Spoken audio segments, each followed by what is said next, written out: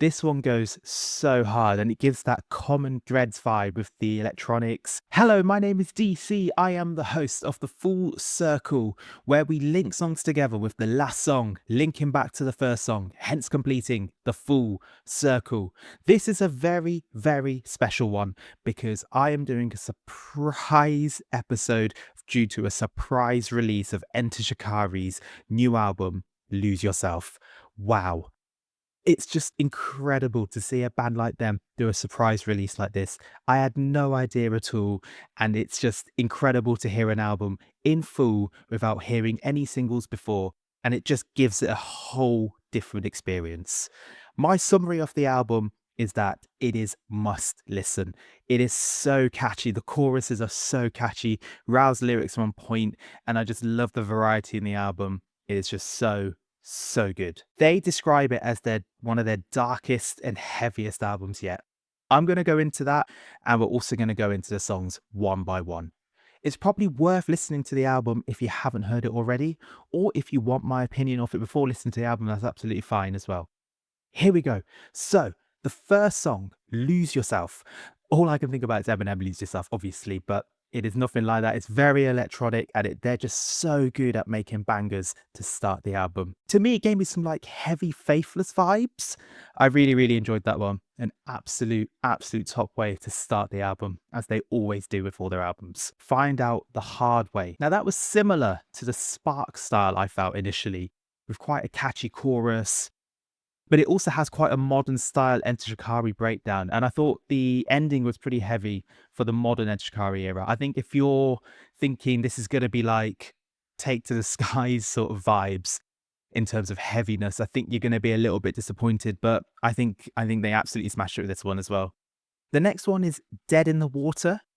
Rao is rapping in the verses over some just so good electronic beats. And again, a really, really another catchy chorus. And then we've got Demons, which, as Rao says, invite them in for dinner. Another Spark vibe song I felt. Really, really catchy, which just feels like the vibe of the album catchiness. That's just the vibe I think they're going for, but also very poignant, talking about the issues that are happening in the world today. And I think Rao just does that so well. The next song is The Flick of a Switch Part 1. Now this one is my early fave. This one goes so hard and it gives that common Dreads vibe with the electronics, similar to like the Havoc songs. There's a Havoc A, Havoc B. I guess this is sort of an ode to that. This one goes hard. You're the poison, Rao shouts. And I think that's a really, really good one. One of my favorite ones, I think, if not my favorite one on the whole album. And then the next one is I Can't Keep My Hands Clean. This is a bit of a heavy interlude, I think I'd describe it. I mean, it does its job as an interlude. Probably one of my lesser favorites so far. And I think the thing I should have added this, and maybe I should have said this at the start, this is only based on first listens. And then the next one is It's Okay. Now, I think this is the least Shikari sounding song in terms of the music, but lyrically, very Rao. I do like the lyrics, and it's a decent enough song.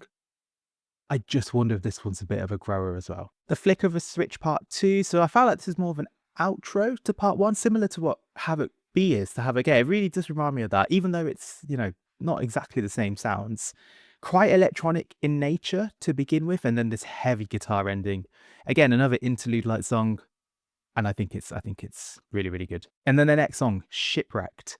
Trumpets at the start, it gave me a bit of a Nothing Is True and Kiss for the Whole World combined vibe. Dark verses and a euphoric chorus. I think in terms of the vibe, it reminded me a bit of Satellite. It's not exactly the same composition as Satellite, but just in terms of the vibe. And then another modern era and Shikari breakdown sprinkled into the song. So good. And then I guess they're all different songs, but I guess they're all together is Spaceship Earth. And we've got Part 1, Part 2, and Part 3. So Part 1 is very much the start of the journey, great guitars, fast-paced Rao vocals, and then they hit the brakes for 2. And I won't ruin it, but there's a little throwback to another song of theirs that they released in recent times. Very, very atmospheric, and then it builds up at the end for Part 3. And they've brought back the orchestra. Those of you who've listened to Nothing Is True, they did this for Elegy for Extinction.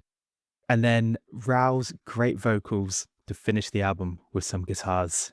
On first listen, I think the lyrics are on point, the music is on point.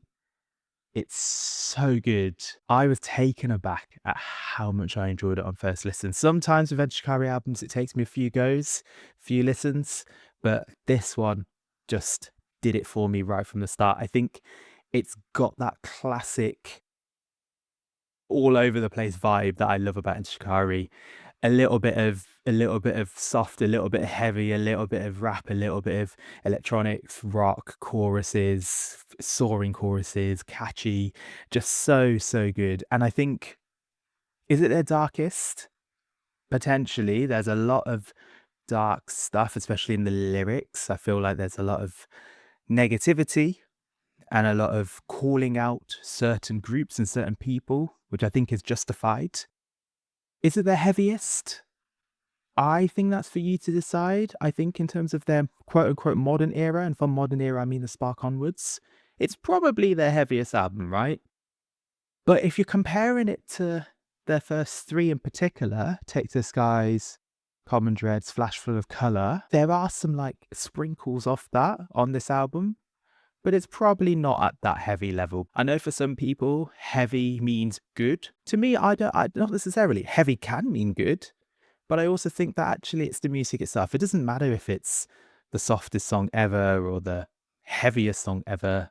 To me, it's just about the emotion of the song, the lyrics, the vibes, and just how catchy it is. That is why AI can never do what any human musician does. And Ed Shikari are one of the best. Incredible stuff.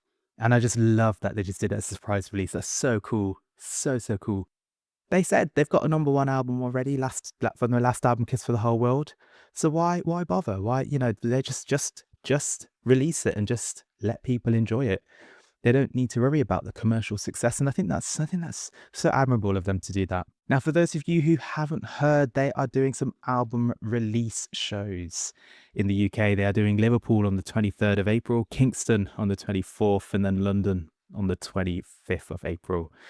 Head over to entershikari.com for full details on how to get tickets, because some of them may have to be in person. But let me know if you're going to go to any of the shows. Thank you so much for checking out this album review. I know this isn't my forte, and I don't know how well I do. Please leave a comment to give me improvements, give me tips, because I'm really not good at this at all. I'm not going to do this very often. I can assure you it's just because Enter Shikari is so good at its surprise release. I just thought I have to do it. And Enter Shikari are one of my favorite bands. I'm back this Monday with a very special guest. I'll keep it a surprise. Just remember this: stay safe. Don't eat beef.